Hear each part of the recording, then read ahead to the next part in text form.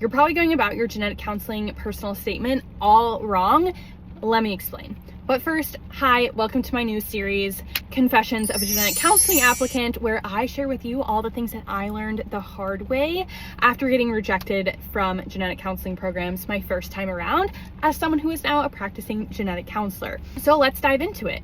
The first time I applied to genetic counseling programs, I honestly am so embarrassed about my personal statement.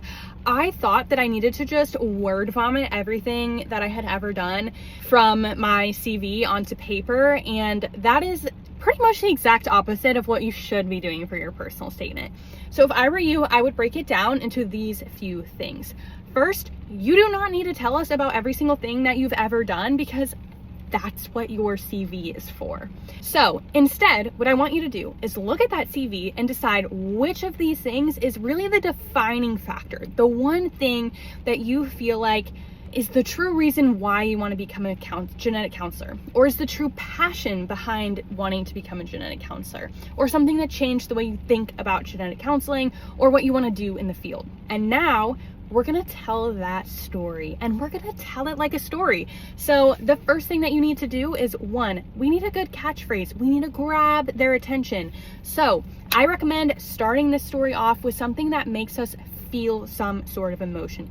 Take us in, bring us into those inner thoughts to what made you want to become a genetic counselor. It all started with a hot, sticky, sweaty summer camp. Something along those lines that makes us go, oh, let's listen to what she has to say. You're going to lean into that experience and you're going to tell that story. You're going to dive deeper. We already know that you did it. We saw it on your CV. We saw the skills. So now take us into what we can't read from your CV. Let us know who you are, why you want to be a genetic counselor. That just allows us to get a better glimpse into what you actually have to bring to the table. And vulnerability matters. So really lean into those stories. This is your chance to showcase who you are outside of a piece of paper. And then my third and final piece of advice that I think really seals the deal is you need to send this to someone to read, to edit, to revise, and preferably it would be somebody who actually has experience applying to a genetic counseling program.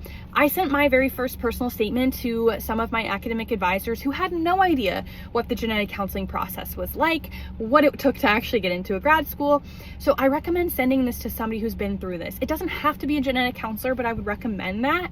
Them read over your personal statement and give you tangible advice and then apply that. If you do these three things, I guarantee that your personal statement is going to be stronger than it was before. So I hope you enjoyed this. Drop a comment for what you want me to talk about next.